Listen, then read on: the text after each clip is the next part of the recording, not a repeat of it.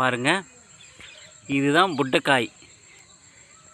இதோட பேர் வந்து இங்கிலீஷில் என்னன்னு தெரியாது.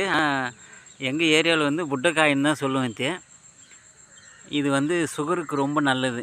பாருங்கள், இதை அப்படி விரிச்சோம்னா உள்ளே வந்து கொட்டை இருக்கும். விதை பார்த்தீங்களா? விதை இருக்கா? அதை வந்து கையில் எடுத்து கொல்லன்னு ஆயிடுச்சு.